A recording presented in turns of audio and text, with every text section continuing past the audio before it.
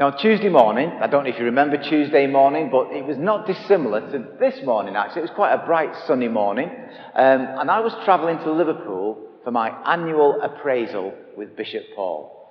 And as I was travelling to Liverpool, I was using the ring road, and the ring road where you go towards where he lives, around the Walton area, basically, it's like a two-lane, tree-lined avenue. So it's kind of like a dual carriageway, but 2 lanes on each side of the road. And there was a particular section where I think there were beech trees, actually, where as I was driving down, the canopy that was above was just absolutely stunning and incredible. All the kind of classic autumn colours of yellows and oranges and browns. And it was one of those moments where, as you're driving along, you think, Lord, that is amazing. That just looks absolutely stunning and beautiful and fantastic.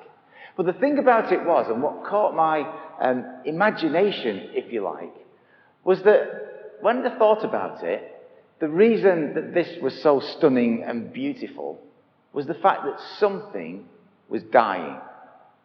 The leaves were dying. And that's what created this effect and what we get to appreciate and see in autumn.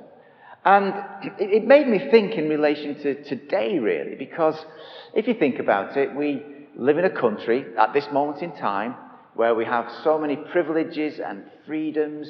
And as we know, because it's that particular Sunday when we remember those people who fought and died for those freedoms, we have something that is amazing and wonderful right now in our country. And despite the fact that you might be looking and thinking, who would I vote for in the middle of this coming election, given the characters and the personalities and the things that are being said? I know that there's that side of it, and many things in our country at the moment seem a little bit crazy on one hand, but the fact that we can vote and have an election and remember all the things that we have are because that people who have gone out on our behalf and they've laid down their lives and given themselves sacrificially into world wars and other times as well. So we need to be mindful of that what we have now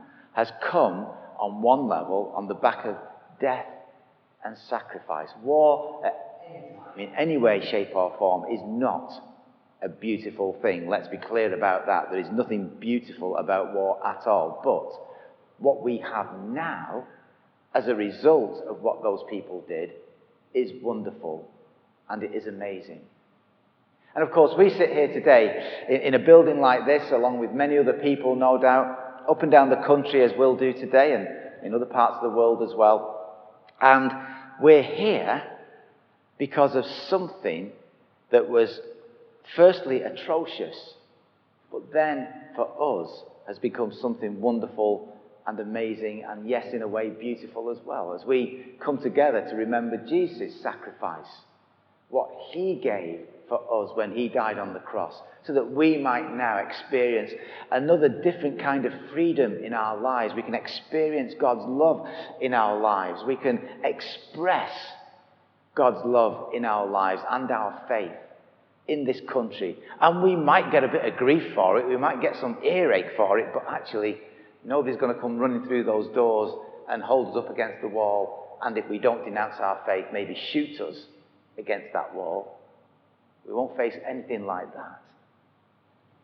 But what God has given us through Jesus is incredible, and we have the privilege to be able to express our faith and to experience God's love, and do so in relative peace in ways like this, in our own homes and around us in our community. So let's be mindful of all of those things, and let's be mindful as well to take that privilege and opportunity that we have that's been given to us to be able to live our faith and our lives in a meaningful way, in a way where we receive blessings from God and express those blessings to others as well. That's what we have. That's what we can remember on a day like today, because of, I was going to say people like this, but that's a symbol of the people who did what they did many years ago but also we remember those who today are probably still fighting to keep pieces around our world. I don't mean bits of pieces, I mean peace in places around our world as well, who are still today, as we sit here, experiencing what we can experience, doing that on behalf of our country and in many respects on behalf of us too.